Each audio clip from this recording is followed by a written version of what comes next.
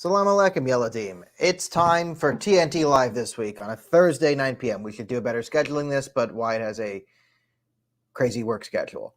But hopefully, if you donate $1 billion right now, Wyatt will get 1 day off work. Okay, so tonight we are going to talk about Trudeau being the Davy Crockett of vaccine mandates and passports and COVID. I think we have slightly different reasons. Wyatt, you believe it's a political need for Trudeau and these mandates. I just think it's more of an emotional need. Like, I just need them because they make me feel comfy. I think it's a rabid ideological nonsense thing.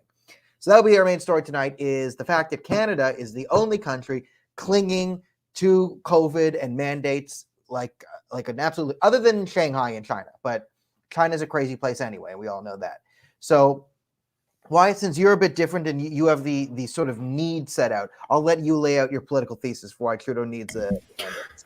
Well, yeah, I don't think he needed it maybe like a year ago or so, but I think that over the pandemic, Justin Trudeau has sort of propped up him being sort of the vanguard against COVID to the point that for his own voter base, who he's kind of radicalized in favor of government lockdowns and restrictions, he's now cannot get off of the restrictions unless something forces him to. And I think he'd want something to force him to. Like if the Supreme Court of Canada, for some reason, said, oh, all these restrictions are bad, Trudeau would probably not fight it, or he'd pretend to fight it simply because that's a good off-ramp. But because he's made the entire political left in Canada judge politicians based on how hard they are on lockdowns, he has to stay pro-restriction because, of course, Jagmeet Singh, who's slightly more irrational than Justin Trudeau, is definitely going to be more pro-restriction longer than Justin Trudeau is if they were just dropped it once they actually wanted to personally drop it. Because I think Trudeau thinks this is stupid, which is you can see by the fact that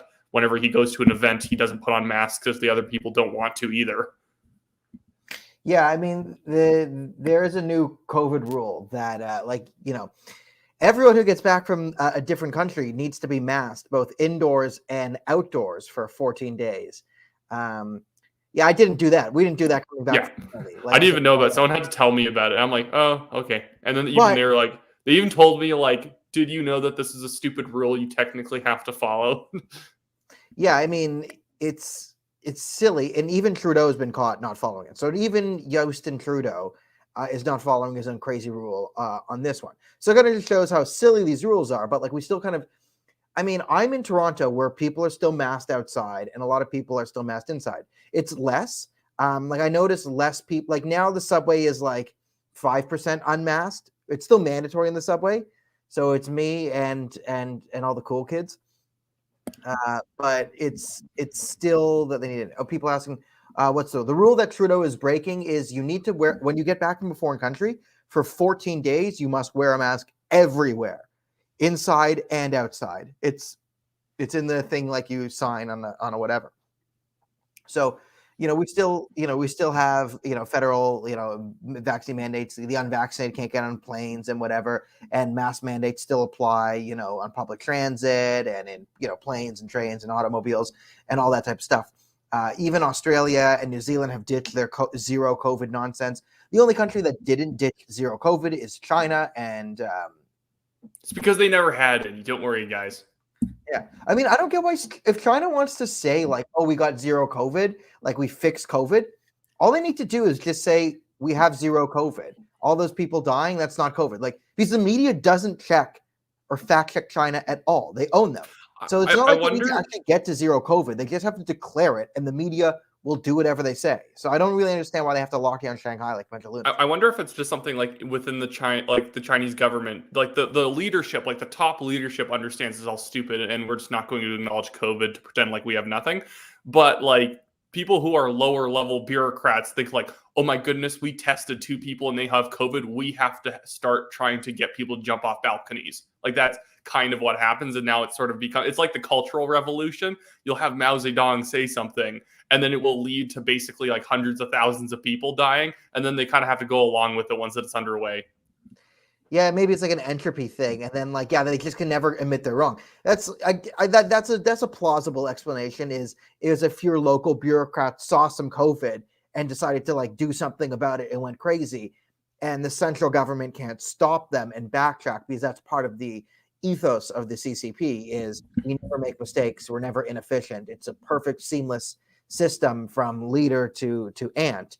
But we all know that's not really how communism works. Yeah, fair enough. But no, yeah, but going back to Trudeau, because like you said, even New Zealand started getting rid of the stupid mask mandates on airplanes and whatnot, and they've been acting like a complete prison island this entire time. But Trudeau's political incentives, from just my perspective, are that he's pretending like he's the most cautious person in the world, because there is that emotional appeal, and you talked about it yesterday in the episode of Uninterrupted, where you were saying that Trudeau, in a sense, is a populist. He's a left-wing populist who's going to protect you, and that we're going to run the economy on love and bubbles or something like that. Well, the economy from the heart outward. Yeah. But so by staying like really hard on restrictions, he's sort of eating up that 35% of people around the country who, despite there not being a mandate, will still wear a mask outside. So that's kind of what he's going for. And he's sort of in danger because Jagmeet Singh's also going for that. So if Justin Trudeau drops his positions on keeping the restrictions in place and being pro-mandate, he can then somehow basically give all of his political support over to Jagmeet Singh, because they're kind of playing a game of chicken right now. Okay, that's a good point. It's like, yeah, the NDP versus Liberal thing is they're both racing off a cliff, and they're competing for the your most histrionic COVID ant. Is a good point. And if Justin Trudeau, because the media is like still COVID. It's so wrapped up in the ethos of the political left that they just want COVID forever. Or they don't want COVID forever, but they kind of do, but they don't. COVID will only go away if they want the symbols of COVID. Wing, right? The only way to solve COVID is to everyone think exactly like they do and do exactly like they do. So that's one of the things there. But yeah, it's a good point that he's sort of playing a game of crazy chicken with Jagmeet Singh. That if he goes off the deep end, or if he pulls back and says, okay, we're going to be reasonable now. But I think this is where I slightly disagree with you. So I get what you're saying here. I do think, though, that he will gain more centrist people, because the election is 2025. That now there's a counter argument to this too. But the election being 2025, I think he gains more by saying, okay, ease off the brakes, I've solved it. Because the media does exactly what he says. This is basically China Jr. So all he really has to do is declare, I've solved COVID from the heart outward, diversity to strength. The way I solved COVID is I dressed up in an Indian outfit, I put on some blackface, and I danced around, and COVID's done. And, the Globe and Mail will be like, Justin Trudeau cures COVID through the use of indigenous art forms or something, and that's the thing. And then after a couple of years, everyone will clamp down and then remember that Justin Trudeau was so benevolent. But I think if he keeps this going on and on and on, Canadians will eventually look around and see the rest of the world like this sixth wave that they've invented.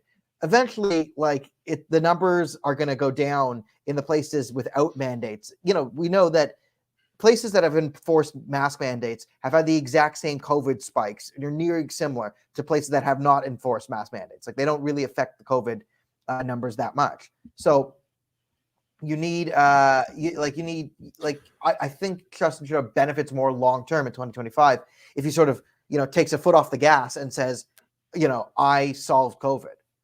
And it's just from what I'm thinking is I assume the election's coming far sooner than 2025, just from the things that we've heard from within the Liberal Party and the NDP of a lot of people being dissatisfied with the alliance. And that's what I'm thinking is that if the election comes in 2023 or 2024, you are going to have that sort of partial constituency of voters who, even if they've finally taken off their masks, they are the sort of extremely hawkish public health voters now. They are the voters who want people to not be able to take a train if they even have a common cold. They want everything to be wiped down. They want the hand sanitizer budget for Canada to be raised by $1 billion or something like that. That will be kind of like this radical public health voter will be something that the Liberals and the NDP are kind of competing for. And I think that you could say that the Greens to a certain extent aren't competing for that, because the Green parties around the country have actually kind of stepped away from this, because they actually do understand that there are left-wing voters who kind of value a certain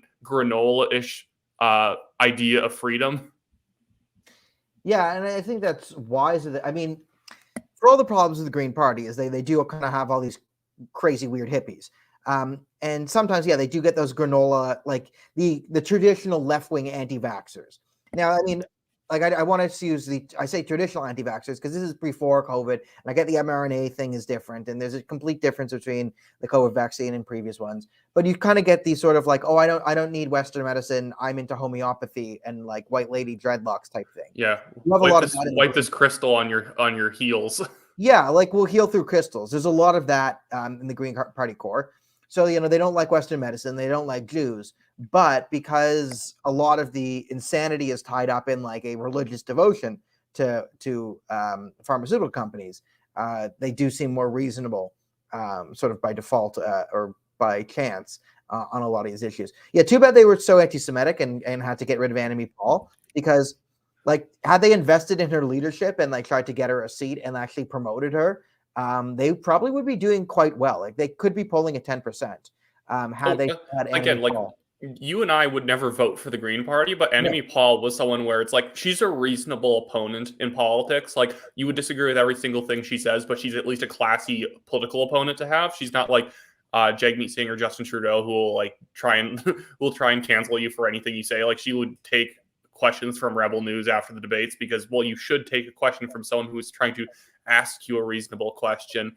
But yeah, like that's kind of the funny thing also about Elizabeth May is that even though she was kind of the person who made the federal Green Party, she's also not a lot like her own support base. She's like the kind of like there's two sections of the base, but all the other Green Party leaders and MPs or MPPs around Canada tend to be people who are actually anti-restrictions, like Mike Schreiner, who actually voted against Bill 100 in Ontario, or the other Green MP at the moment who voted against the Emergencies Act. Like she's actually kind of very NDP-ish again, which is kind of funny. Is I find that people always like the NDP party sucks, but they tend to have a lot of infiltrators in other parties in terms of they're very authoritarian, pro-labor kind of government or like pro-labor kind of views, because even Justin Trudeau is very much a orange liberal.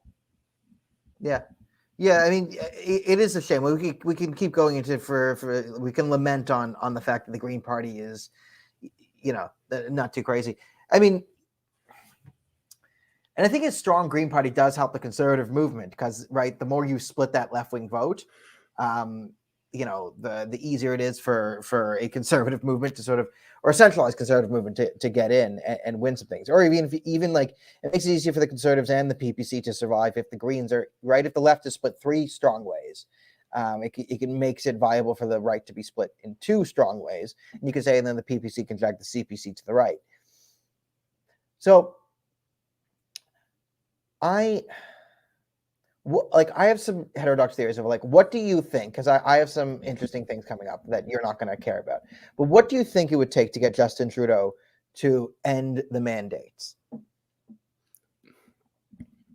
Okay, it's actually kind of difficult. I think if like he'd need like some sort of like a summit with Joe Biden or something like that, where they both sort of declare that COVID is over and we can have all federal mandates like undone in North America. Because I feel like Justin Trudeau would require someone else to take the lead. That's why I brought up the Supreme Court earlier, that if the Supreme Court said all this is now unnecessary based on the evidence on the ground, all these mandates make no sense, even though they never made any sense, he would probably go along with whatever they said, because it kind of gives him an automatic off ramp and people can't blame him for taking it. Is that if Joe Biden's leading the way, even Canadians see, well, it's the US president saying it, we kind of have to do it, and it's Joe Biden, not Donald Trump.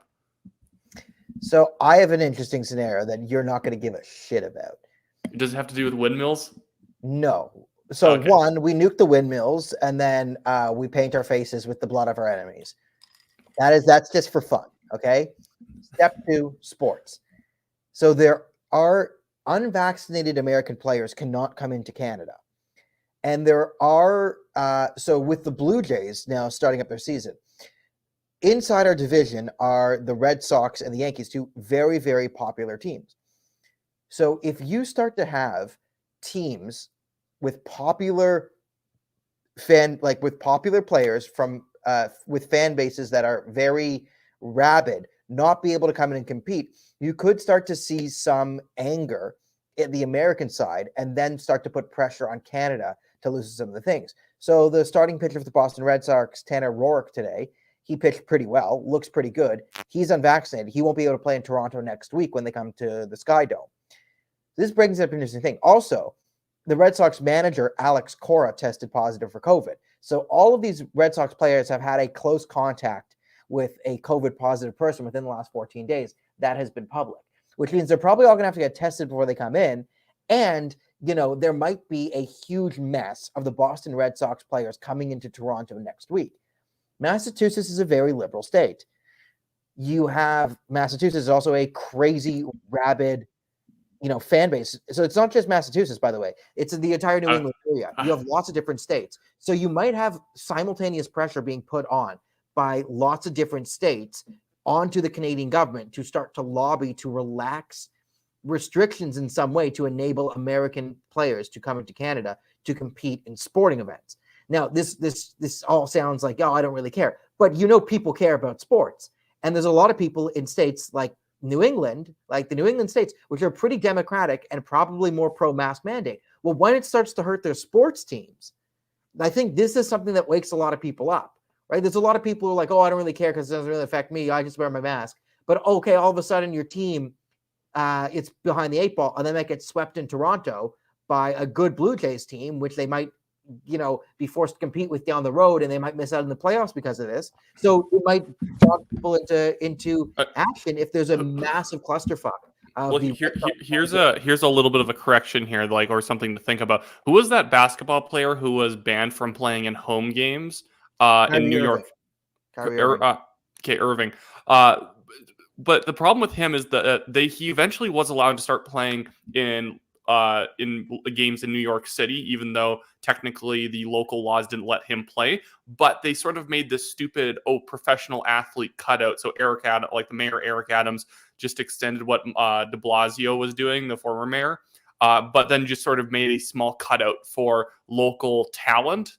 And then everything sort of just went back to as it was, where all the restrictions are in place on normal people, but not on athletes. And I could see like Justin Trudeau or Doug Ford or someone sort of pushing for that sort of a thing. Like, we can just do it because we don't want Canada's talent to be on. We want Canada's talent to be on a level playing field with like American people or whatever. But they do it in reverse, where we don't want to disadvantage teams coming to play the Blue Jays because we need the Blue Jays to actually have teams to play, and it would lose Toronto money if we somehow didn't let the Americans play. Yeah, but it's another thing that just sort of puts it all to the forefront and then makes politicians take a step back. And it's all about entropy. So once you're forced to take a public step back, it's hard to keep going. And what happened with the New York mandates is Kyrie Irving. So it was so crazy in New York is Kyrie Irving couldn't play home games because he played road games because he's unvaccinated.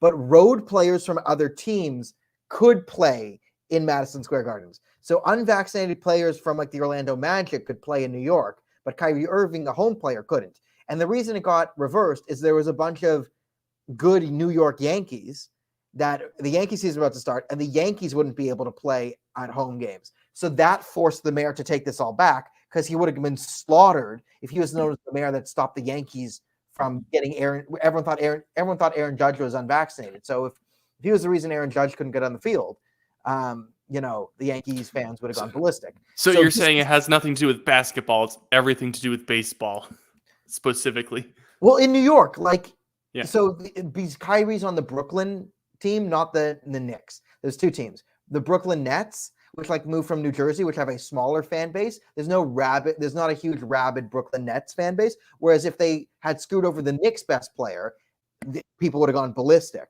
Which is the New York Yankees. The New York Yankees is one of the biggest teams. Jay-Z's wearing a Yankee hat. The Yankee brand. If the Yankees' best player, Aaron Judge, couldn't play their home games, people would be going ballistic every day. It'd be the talk of sports radio, everything. You'd have New Yorkers saying crazy things at the mayor, so the mayor had to repeal it. I'm just saying this next week, the Boston Red Sox presents a chance for an absolute crazy scenario to play out that brings how crazy Canada is into the conversation of the national American media. So right now, Americans don't care about Canada because we're Canada and they're Americans. But if it makes a national news that Canada's fucking crazy, that Trudeau's lists are so stupid, then the Americans start making fun of us, this could actually get us to lift restrictions if we're being made fun of by the Americans. And the only way this reaches American news networks is if there's some crazy sort of baseball Boston Red Sox scenario. I'm just throwing it out there as a prediction. It's not bad. I can come on and say this crazy thing happened and Daniel was right. We can do the Daniel was right dance. Okay, well, I could kind of see that happening. It has to hit the American media, and they have to be saying how insane this is. If it just becomes sort of like a local New York story or a local story in whatever city where a player was banned, then I think it doesn't expand out of there. If it gets onto like Fox News and CNN and MSNBC saying, hey, what are the Canadians doing, basically crippling our teams during their home games, that would be something that would be major enough where Justin Trudeau could then say, well, I'm a compassionate guy and I care about baseball or whatever sport and blah, blah, blah, let's get rid of the restrictions. Then he could kind of grandstand off of it a bit and kind of stabilize his support and not kind of, like drive off the cliff either. Because I think that if he keeps the restrictions around too long, anyone does that, it's the game of chicken. If you do it forever, if you keep doing it and you don't move, you will die. And that's kind of the problem with him and Jagmeet Singh. Is that what each one of them has to get whoever gets on the off ramp first kind of wins without kind of making it look artificial. Yeah, that's the thing. I like Karen said, I was right. We were right about Patrick Brown, which is great. Thank you. There's a great tweet. I love how Patrick Brown's like, Patrick Brown's running a terrible campaign. Let's take a side note to just rip on Patrick Brown. Patrick Brown is running a terrible campaign. He is not going out. He's not doing interviews. He's not putting his stuff out there. He's like putting some clips on friggin' whatever. And it's the most classic Patrick Brown plan is, rumor is he's on the outs with the Calistanis due to some shenanigans. So he couldn't go to them. So he's trying to court the Tamil Tigers. We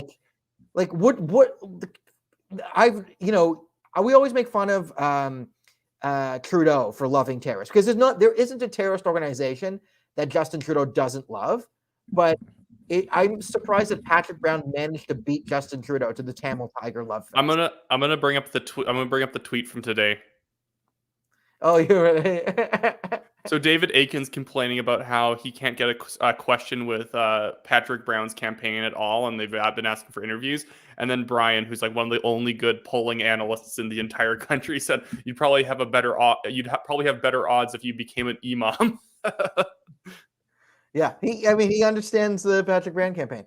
He had a meeting the other day, and there's photos of it, and we're like, I'm meeting with the Nepali community, and there's like 12 people there. I'm like, yeah, it's because the Nepali community is not immense, but I guess that's the vote Patrick Brown's going to monopolize to bring him to victory. Patrick Brown. To be fair, it's actually good to target very small communities because usually if it's a really tiny ethnic community, they all know each other because they all tend to move into the same area. So you can kind of monopolize ridings by like the Nepali community all being in a couple ridings. You can kind of get 30% of the votes around there if you can drive everyone out because they probably don't vote anyways. Yeah, I mean, there's that thing. It's like, is he trying to fly under the radar purse? The Patrick Brown game theory is, okay, the reason why he doesn't need to do interviews is because he doesn't want national attention. So he would be the Patrick Brown story of why he's trying to avoid attention. If he's, let's say there is a master genius plan at work here for Patrick Brown. Okay, so why isn't he doing national interviews to grow his national clout? Because he knows that's not his pathway to getting $300,000. His game is to go into ethnic communities, go into find religious extremists, go to the Tamil Tigers and say, "Hey, I'm your guy. What do you want? You want more? You want us to bomb Sri Lanka? Let's bomb Sri Lanka, guys. I'm all for it, right? You want to, you want to declare, Canada an Islamic state? All right, we're an Islamic state. Great, guys, right? You want me to bomb India to create a Khalistan? Let's do it. Patrick Brown to the moon. So this doesn't hit Patrick Brown's ground game is not to get national attention right now.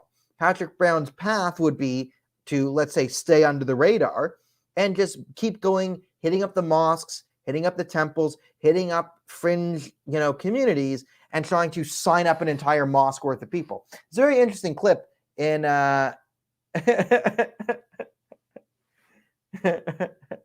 he might already have. There's a pretty interesting clip in one of Patrick Brown's, his opening rally in Brampton.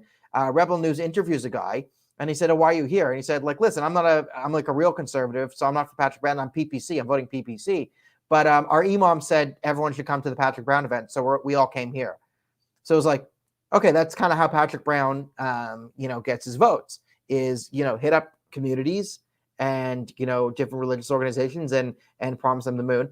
The problem with being a conservative and doing this long term is it doesn't work for conservatives. This can work for liberals, because when it's liberals, it's like part of philosophy is, philosophical multiculturalism, which is not like ethnic plurality is good. It's like, Canadian culture is bad. So whatever, like, okay, Islamophobia, thisophobia, thatophobia, racism, whatever.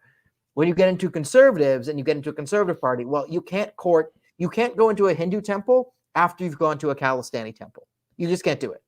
Like, eventually people say, like again, you're trying to push a conservative message, like, oh, like, because once you make sort of group promises to each group, it doesn't work on a conservative level because they start to interconflict. Also, you can't make a national platform based on it. It's great Yeah. for like a primary or a leadership, but it's not really great when you're actually trying to get into government, or even if you somehow form a government. Because let's just say whoever, like the Liberals and the NDP, just like all die in a plane crash.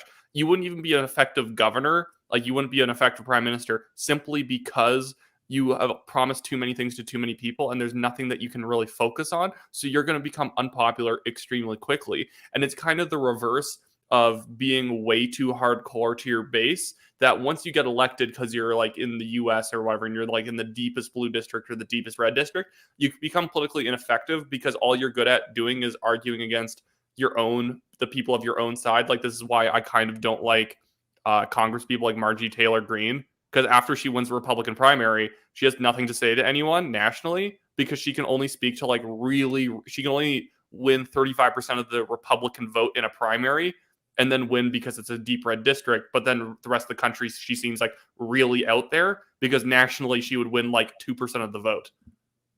Yeah, that's the problem with. And then, Patrick Brown's the reverse, where he will say everything to every single person, so he can kind of get people who aren't conservatives into the leadership race to help him win, because it's a low amount of votes overall that are being cast. But then nationally, that kind of gets beaten out when everyone is focusing on specific districts of people to win. Yeah, and his strategy only really works in the back room. It's backroom politics. Because if the Hindu community saw what he's promising, like some of the mosques, they'd be out. And if the mosques saw what he's promising some of the Hindu community, they'd be out. So once this all sort of comes to a head, these, again, this group seems to splinter. You can keep all these different stuff in the Liberal and the NDP thing, because it's more like the heart and nebulous, and like, yes, everyone's values will be everywhere and you can do this. And it's sort of like, it kind of fits into their narrative, whereas it contradicts a lot of the Conservative Party stuff. But this is just my favorite thing, Karen. This is Patrick Brown's favorite team, the Hamilton Tiger Cats. I love that. All right. What was the next issue you wanted to touch? I'll let you bring up the next one. Do you want to talk about CNN Plus failing today? Yeah, I think they officially kind of shut it down only after a month of being up. And I think it was like one of the. I don't know about you, but there was 0% chance that CNN Plus was going to become a streaming service that anyone was going to watch, because I don't think that anyone actually watches CNN. I think they just sort of turn it on because they don't like Fox News or something like that. Like, they just turn it on and then they go to another room and take a nap. There's no one who's like really a hardcore CNN fan, as much as people who will watch them because other people tell them not to watch it. Like, there's a reason why they're in like third or fourth place behind like MSNBC and ABC News. And those aren't even particularly good, but at least they have a little bit higher quality. Or like ABC, they're a little bit better at pretending to be objective, or at least they're not openly opinionated like MSNBC is. Yeah, good point. So before we get into this topic, remember everyone to please like and share the video. If you do not react or like or comment or do something on the video, we are sending Dr. Theresa Tam, who is an employee of the National Telegraph. We are deep state. She will be going around your house, tying you to a chair, putting on CNN Plus, and forcing you to watch it. So if you want to avoid that, like and share the video. By the way, I'm just dropping a link into the chat. So I'm just putting up a link to our latest Rumble video of Uninterrupted, just so you can go there and subscribe to the channel on Rumble. Yeah, if you subscribe to the Rumble channel, it's like we're still in the middle of Passover. So the way Passover works, where it comes from, is the angel of death passed over the Jewish houses because they put lamb's blood on the door frame. By subscribing to our Rumble account, that will keep Dr. Tam away from your house forever. Science, hard science. Now, CNN Plus is a hilarious thing. We'll talk about Disney and Netflix as well. That's the more go woke, get broke type thing. CNN Plus, though, it was hilarious because anyone with half a brain knew that CNN Plus was going to fail. Total losers. And Wyatt, you brought up that no one loves CNN. You know, people like Fox News because Fox News tells me the truth if I'm on the right wing, right? It appeals to me. And if you're a left-wing person, you don't love CNN. You love MSNBC because they at least have the honesty to be like, we are a bunch of lefties. Diversity is our strength. Whereas CNN gains popularity. CNN's strength is people watch CNN because they're lefties, but they don't want to say they're lefties. They want to be left-wing and pretend they're neutral, right? This is the false neutrality bias. That's what CNN is. So there's no hardcore CNN fans, but you turn on CNN because you don't want to think you're biased. You want to think you're a nuanced intellectual thinker. You're just in the middle. There's these crazy left and crazy right, and they're saying all these things, but I'm in the middle thinking all these left-wing things, right? Whereas the MSNBC people are more honest, and that's why like Rachel Maddow and Chris Hayes have bigger fans than, you know, any of the CNN anchors. CNN News. So when CNN started a streaming service, right, it's like putting a hockey team in the desert, right? Except it does work in Las Vegas, more like the Phoenix Coyotes, right? No one wants CNN Plus. No one's like, oh, I need an extra hour. Well, there's nothing about CNN. Like, the thing is that like Netflix works because it's a new company. We have movies, we have TV shows, and you can imagine what they'd have. Now that like streaming services are like a ubiquitous thing and they're everywhere, when CNN Plus comes out, like, well, what are they going to have, like reruns of like Brian Stelter or whatever? Like, what am I like? There's nothing like I can sort of imagine that CNN would put on there that I'd be like, I need to see that show that CNN made or that they licensed. For Reed like, Zakaria, there's nothing. Yes, I need to. You know, yeah. And again, I assume it's probably actual television shows on it, but again, there's no. It's like, did you know that Arm & Hammer used to make TV dinners? But you would never like don't buy TV dinners to begin with. But like, they're also Crest used to make them, or like one of those, and it's like that. That's insane because that makes me think of toothpaste every single time I'm about to eat chicken. Like that's ridiculous. You don't do that. Doesn't matter what the quality of it is. CNN is like like a really low quality hotel toothpaste, and that's all that they are. And if someone told you that the hotel toothpaste company has a streaming service, you're probably also not going to sign up. You can comment this on the chat below. What costs CNN more money, the Nick Sandmann debacle or CNN Plus? Maybe the Nick Sandmann and Kyle Rittenhouse. So the future of it, Sandmann and Rittenhouse or CNN Plus, what costs them more money? You know, you can put that in the thing. Yeah, so CNN Plus just shows how badly CNN understands the world around them, which is hilarious. And I think the more it was pure arrogance, and that they thought they could pull it off. Hubris, pure hubris. I think Netflix being down 23% and Disney's total stock being down about 6%. This is your more go woke, go broke type stuff. And it's really good to see. And if Disney has to reverse course on wokeism, that's a huge, huge victory in the culture war for Team Two Genders. So do you want me to start the lead and start rambling about the maybe, yeah, because you were on Mark Patrone's show on Saga. So I was on Mark Patrone's show and I do this. Okay, so my interesting, and I put a tweet out today on Twitter. Like, I went to Netflix and I'm like, okay, Netflix, let me just look at it. And the number one trending movie in Canada, if you go to Netflix, is something called White Hot. And it's a movie where it starts in the trailer. I've only watched it. Maybe I'll watch this movie and like watch. I think wait. To be fair, I think I know what you're gonna say, and I think that there actually is a little bit of something to the documentary that you might not know about. Okay, you can let me embarrass myself, and then you own me with facts and logic. Okay. So I turn to this thing, and it's the number one movie, and it's about Abercrombie and Finch. If you remember that clothing store that came into the Canada like the early 2000s, it was really big.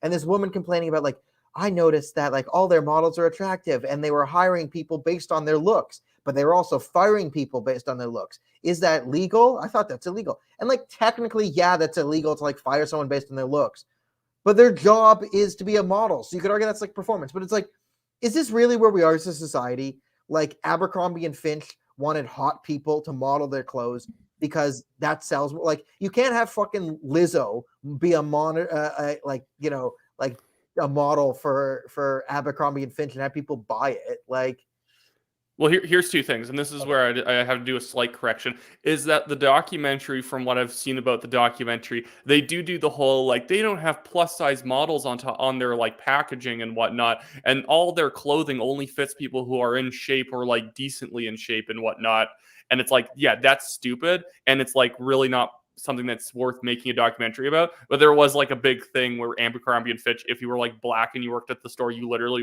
you weren't allowed to work up front and you had to work in the back because they had like a very that was a little weird that they were doing, but like it wasn't exactly documentary worthy because it was like a little scandal in 2000 and they got rid of that. But it was like a European company and they were like really kind of odd when they showed up to like North America. But yeah, it had really nothing to do with anything. But, yeah. I mean, okay. If that was the thing, like, okay, they were firing people for being black, like they didn't want. That's a real thing of like, okay, they were racist, but like, there's a clothing company that only wanted hot people to be their models. Yeah, that's the job of a model. Be good looking. And then like, oh, why do they get everything in life? Well, that only lasts like 10 years.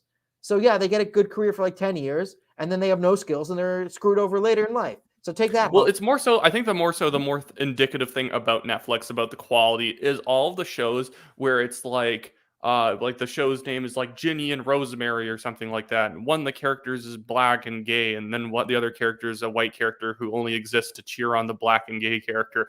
And like the shows are about nothing. The shows just become about people like literally trading identity facts with each other. Like it's just like a stupid trading card game, which I'd love to see. I want someone to make an anime about identity politics hierarchies. That'd be hilarious. But again, like you have all these terrible sitcoms, all these terrible shows that they're kind of marketing like these are exclusives as if they're our best things, and it's literally wall-to-wall politics the entire time. And this is my thing, is I don't quite agree with the whole title of like, or the phrase like go woke go broke kind of thing. That's kind of true. Get woke go broke. It's kind of true. What's more so, it is just that lower your quality and people will stop buying your product. It's not, because the thing is with the whole get woke, go broke thing, it allows the left to act as if, well, no, the shows are still good. You're just some sort of right-wing bigot. Like, no. The shows suck because you completely castrate the show in favor of your politics. And it's like, I'm a Christian, but I hate PureFlix movies because they're awful. Because every single plot is the exact same. It's all like this guy hates Jesus, and then by the end of the movie he's like dying in a hospital bed and he's like, you know what, I've accepted the Lord, and that's it. It's like the most there's like nothing to the films, and it's like everyone acts like a complete cartoon character. But like Netflix is like the PureFlix of the left at this point, and Disney is like the PureFlix for like groomers or something like that, where every single plot has to do with this character, and this is what you're saying on the Mark Petroni show, like this character is a capitalist and he runs a business well, and then we're gonna find out he's like some sort of like rapist or something. Yeah, twist. Oh, he was a bad guy and he exploited the Muslims. No, right? Like I think you're right. You're right, and you explained go woke, get broke. So the problem with woke, especially in media, is you can always sense where it's going. Like this is why I generally don't like rom-coms or horror movies or woke nonsense, is because like you turn it on and you know how it's going to go. Now some horror movies are clever and have twists, like Silence of the Lambs may be more of a thriller, and like, but sometimes horror movies lean into the tropes. But like you're watching a horror movie, okay, funny guy, second last person to die, virgin girl survives. If a girl has sex in a horror movie, she's going to die halfway through the movie, right? Asshole guy is going to die. Like you can go through like, okay, dead, lives. Oh, jump scare, whatever they go. Like you just know what's going to happen. So it's not interesting to me. Some people like the genre, whatever. Rom-com, okay? Guy meets girl, guy likes girl doesn't like guy then likes guy gets girl, guy does something slightly stupid, there's a misunderstanding, loses girl, makes big romantic gesture, gets girl back, end credits, every romantic comedy ever made, right? So I don't need to see this because I've seen it before. I've seen one, I've seen them all. With woke stuff, you're right, it's not good. You know exactly who the good guy in the story is and who it isn't. Have you ever seen the Netflix show Dear White People? Yes, I've watched at least the first season all the way through. Yeah, it's amazing. So funny. Isn't it so good? It's so bad. Every character in that show is the worst human being you've ever met, and they're the main characters. They are just whiners. They complain all of the time, and they get exactly what they want at the end of the show. Like literally, the whole show hinges on a Halloween party where people are in blackface. And what's funny is that the characters who are supposed to be like the evil white people are, even though like you shouldn't do that in real life, like they actually are kind of reasonable about it. They're like, we're clearly just doing this as a completely ironic joke. But and the show acts like they're evil for doing that. But the best thing ever is the Halloween party, the racist Halloween party. The main character, who's the worst human being ever, this black woman who starts the show called Dear White People. And the reason she started that show on radio is because of this racist party. Turns out she was the one who created the party in the first place. It was a race hoax. Like, he created this hoax. It was like, the whole thing was like, it was, wasn't it that, but it was like, it was, that's the thing, is that she comes up with it because they need drama, and then you character be like, I can't believe you betrayed me. But it still ends with like, well, the white people shouldn't have done it anyway. Oh, it's so funny. It's like, if you guys don't have the stomach for this, then like stay away. But if you can watch woke nonsense and laugh, Dear White People is one of the best shows ever made.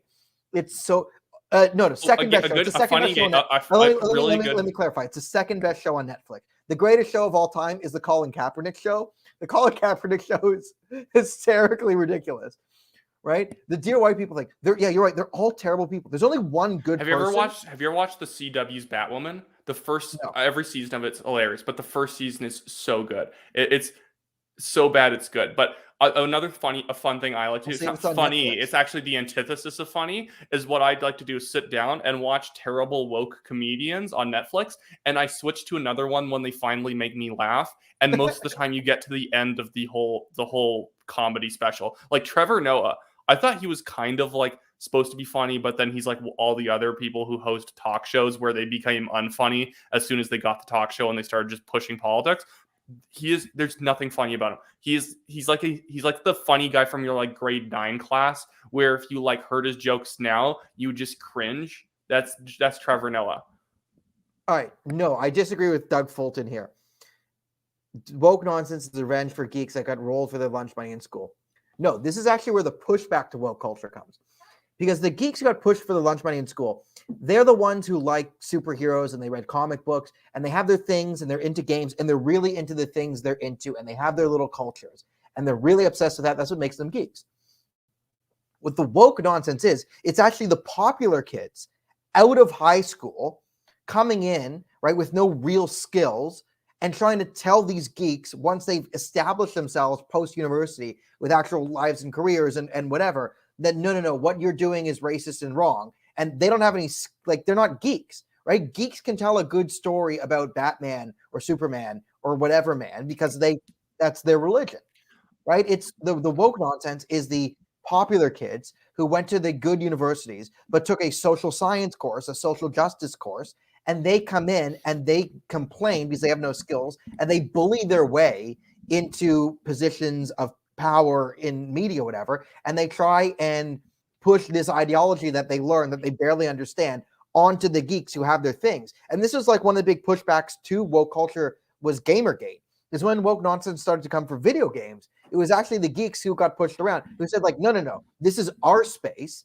and you're not bringing this into here. So that's why the whole like, we need more feminism in games came from. So I actually think it's the opposite. I think this is the bullies, the social bullies. This is them outside of high school where they're now useless because they didn't learn. Well, yeah, like they realize they create nothing. So all they can do is sort of try and bully their way into these institutions like different film studios and television studios and now streaming services, and then bully them to change already created properties to something that they like. Did you see the new Lord of the Rings show?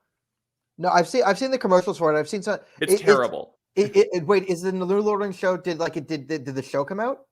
No, I don't know if the show's come out, but all the sort of like the trailer material and like them having like influencers react to the show, Oh yeah, I it's so saw that. indicative. I you don't even need to see the show. You already know it's bad. It's I've seen the influence. Like they're trying to like Amazon's marketing Lord of the Rings is like this is Lord of the Rings but woke. Like we don't worry, guys. And that's the It's thing is Lord that of the they're Rings. having people pretend like they like the property, saying, "But I like how they added representation and diversity." Like I can guarantee you, anyone who I'm not even a big Lord of the Rings fan. Anyone who loves Lord of the Rings hates this show because they want Lord of the Rings to be Lord of the Rings. They don't want Lord of the Rings to be like kind of Lord of the Rings setting, but then you just have like a lot of like random social drama plots that are sort of like that you'd see in any other woke nonsense show. It's really kind of sickening to watch people take a property that I know other people love, and they're This is just what like, Amazon well, you have to made play Wheel with of Time. you have to play with your sister, so you got to put this stuff in your show. It's like, what are you talking about?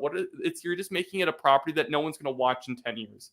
All this stuff, it's going to be like the 70s when when there was like so many random stupid entertainment trends that nobody remembers anymore because they were all like meant to satisfy people only living in that year would understand.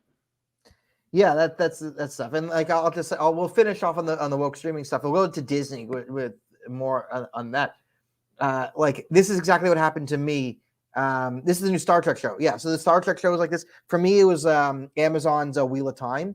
And like the woke nonsense ruined it. And I don't mean the gay stuff. Like the gay stuff in there is fine. Race stuff doesn't matter, but it's more the gender stuff. Like Wheel of Time is a show or a property based off like the gender binary. Okay, there's two types of magic systems in the world, like the male half and the female half. And the male half got tainted by the dark one. So male people men who use magic because of this go insane, right? But like they couldn't even mention the two different halves of the power, which is like fundamental to the story. It's ridiculous. But so they couldn't even mention that men and women are different, and every woman's like a female badass. Yippee ki-yay! It's so terrible. It's so terrible. It's like they literally don't understand it's like they don't understand how to write a female character. They honestly suck all like the sort of life out of a female character. A good female character should be a character in a story that has a strong personality who can get people to do things without having to use physical force. That's more interesting than every single person like kicking down the door and just beating people up and like forcing them to do it. Actually, yeah, that's a good one from Jesse Rennie. Just what did you watch that movie yet? I think 2 nights ago when it came on. Okay, I saw it recently. God, is it boring? And the problem isn't woke nonsense. It was too long.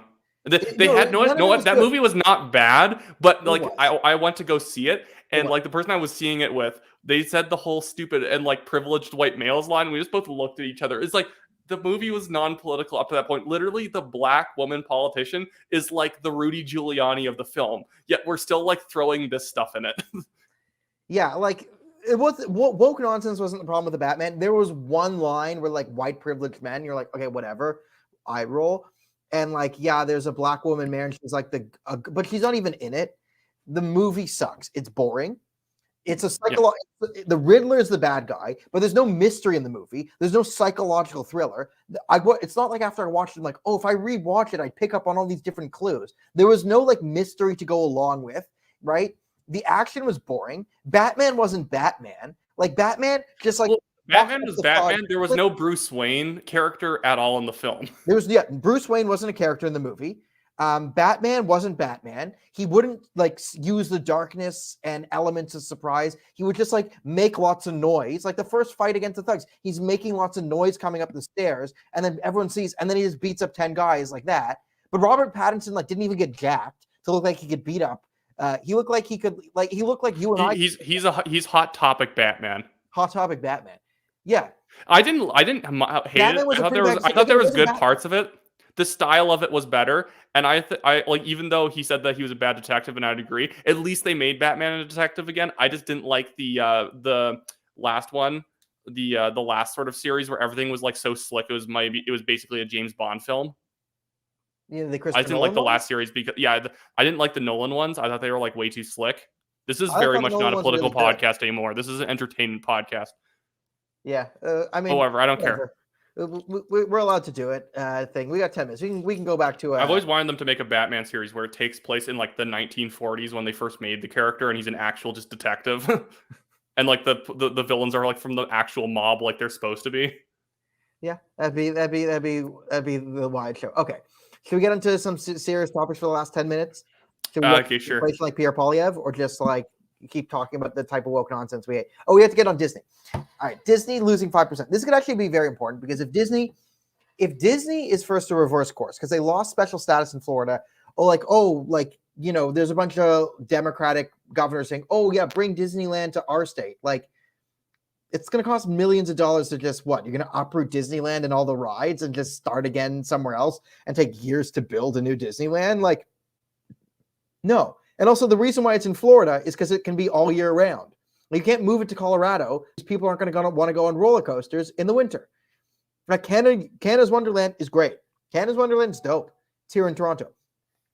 But it's not all year round, right? That's the problem. So they have Disneyland or Disney World in California, and that thing sucks. I've been there. There's no great rides. It's pretty lame. So, like, they're not going to be able to move out of that. They tried to attack Florida's governor, so we just took away their special economic zone status. So now they're going to have to pay a lot more money in, like, taxes and whatever. And people are boycotting them because they have things being revealed of their not-so-secret gay agenda.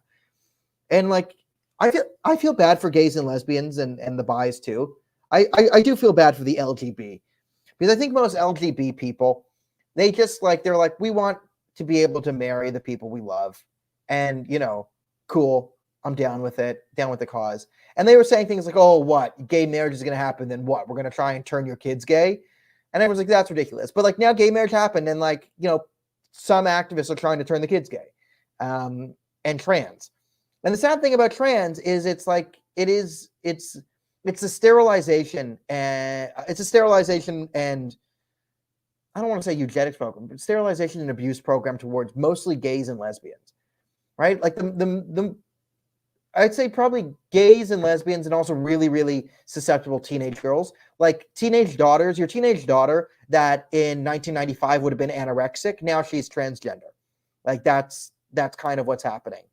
Except instead of trying to get her treatment and fix the anorexia, they'll take your kid away if you try and stop them from becoming transgender.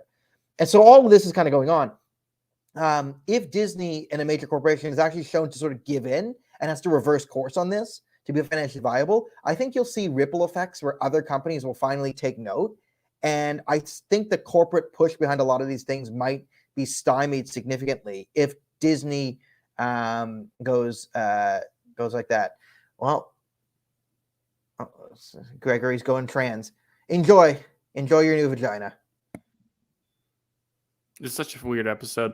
I know. I think that so the thing with Disney what it shows you is that a lot of companies, when they've sort of been extremely successful and they were started up in like the 30s or I think even the 20s for Disney, is that over time people become extremely people become like very neglectful of properties that they just kind of inherit. Like, I'm the one who manages Disney, but they don't understand what's kind of like important about Disney or why Disney's successful. They just think this is a big company that puts out big ideas and people like it because it's Disney. And that was kind of the problem, is that's why I kind of go against the sort of get woke, go broke narrative, that they're definitely going to increase the speed of their bankruptcy because of that. Because of the woke nonsense. But they were already putting out terrible films over the past 2 decades because they couldn't think of anything. They've become more kind of intellectually bankrupt. And when you have nothing to do, when you have no creative capacity left, easily political people can come in and sort of disguise their terrible political ideas as sort of the new creative direction, even though it's just recycling old films and then just jamming whatever they want, their politics into it. Yeah, I mean, that's the new Disney, like, and they made money, like, you can make money off that for a little bit. Like, you can create a new Aladdin and a new Lion King. My favorite thing is, like, this is a live action Lion King. No, it's just a different animated Lion King. Because I don't know, there's no, like, real lion actors as far as I'm concerned. Right? So, yeah, they just remake old properties, add in some modern politics to make everyone grown. But, yeah, this isn't a sustainable long-term business model. And that's kind of what I'm saying is, if Disney suffers major hits and is forced to change course publicly, it is proof, like, a lot of CEOs and like there's a difference between like a CEO and an entrepreneur. And entrepreneurs are people who are sort of out there, like Elon Musk, creating all these different companies, heterodox thinkers, very independent-minded, strong-willed, not really influenced by the mob. Whereas CEO types are very good at coming into existing structures and managing existing structures going forward. And they're very, followers. So if you have these corrupt HR departments and this massive cultural wave from the outside, so you see, I'm in my company on my system, and these outside forces, like I might not believe in wokeness, but the HR department says it's needed, and the Obama administration said this, and universities say this. So sure, we'll say this too, because everyone's saying this, and a lot of people are saying this solidly, so we'll just go along with this, and you're looking down and you're managing.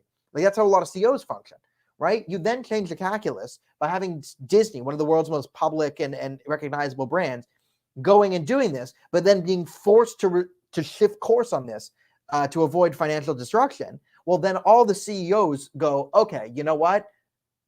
Blasting out woke nonsense, there's a consequence to that. Fire's hot, don't touch it, right? Manage. And they're not going to go out and like be publicly based, be like, yo, guys, like only two genders, like, you know what? I think one thing that's also going to happen that's really going to hit them harder than even just sort of the profit loss over time, that will be more long term. I think in the short term, you'll see companies like the Daily Wire who start to actually put out family-friendly content that Disney was supposed to be putting out.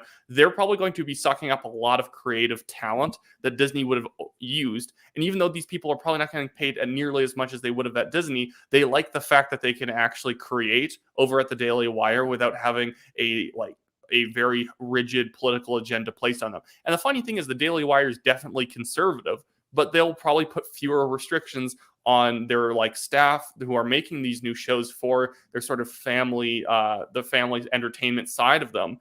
Because even though Disney's supposed to be the more objective and nonpartisan ones, they're clearly more politically stringent on the content.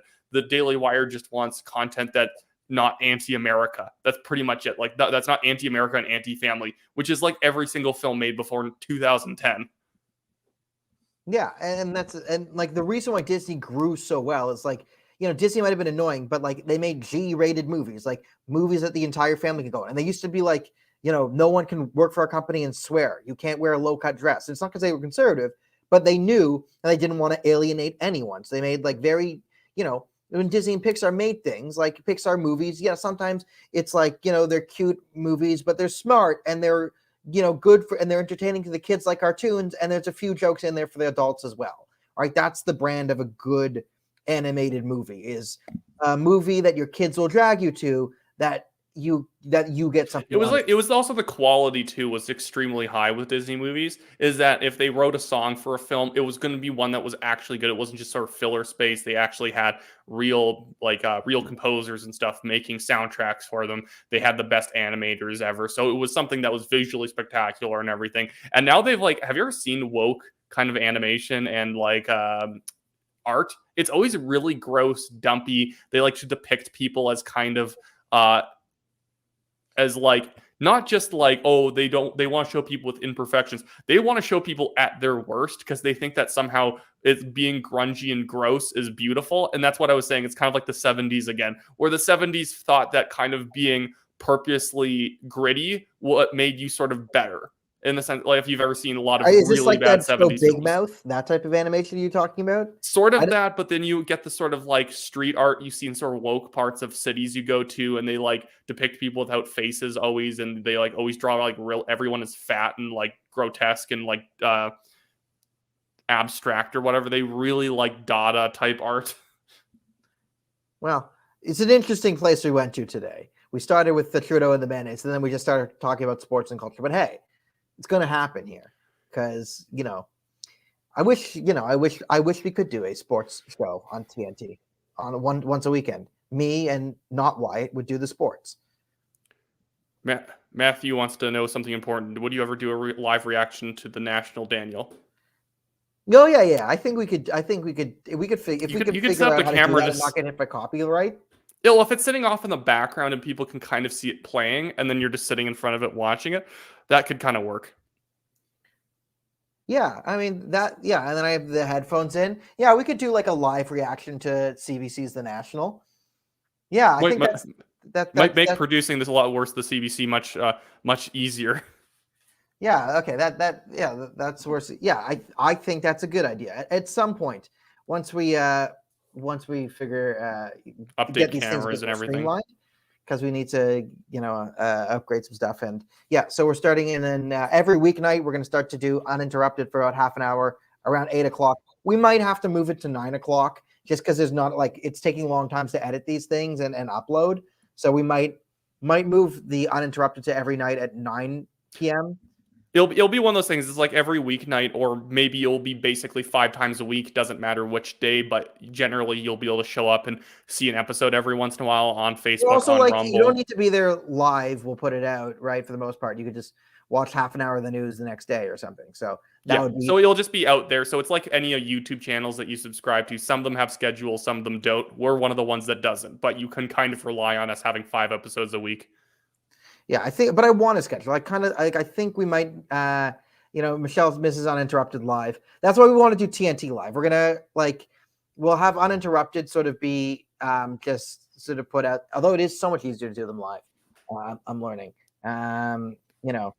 That's It's technological constraints right now. Once we get things sorted out, doing a live show where you can throw up graphics on screen and everything like that might become super easy, but it's one of those things where when we're all one-man crews spread across the country, it's kind of annoying. Yeah, we need to, as Wyatt was telling me earlier, we need to reinstitute slavery for the National Telegraph. Not any of the racist slavery, but just if we can, I don't know, take slaves somewhere, just conquer the woke people. It's insane. It's insane how much. The funny thing is that in Canada especially, there's only 2 types of media companies. There's the ones that have hundreds of millions of dollars or more, or there's the ones where they have a snack pack of Cheez-Its as the budget. Yeah, that's the thing. So we'll have to find one group that everyone be totally okay with us enslaving. Oh, staffers of the Conservative Party. No one likes them, right? So if your candidate, okay, new slavery, I think everyone's going to be totally cool with. All right, here's our proposal at the National Telegraph. We will enslave all of the staffers of the candidates in the Conservative Party leadership race that don't win. If you win, you get to avoid becoming our slaves. But if you lose, right, if you get less than 10% of the vote, we got to take you as a slave. And you have to be our technical producers, and you got to do all the grunt work so we can get out content, right, every day at a high quality. And this is not going to happen if we can't take slaves. But people will get mad if we start enslaving, this group of people, that group of people. But I think the only group of people in Canada that no one likes, other than the CBC journalists, would be staffers of the Conservative Party. No one likes them. All those kiss up interns who are I'm going to put on a suit and try and get an internship at the CPC. There are slaves now. There are slaves. Okay? That's probably a good place to end this. And Daniel is canceled in 3, 2, 1. Good night, everyone. Everything I said about slavery is total joke. Totally joking. Not going to enslave anyone. Here in the National Telegraph, we don't actually believe in slavery. Blah, blah, blah, blah, blah, blah, blah.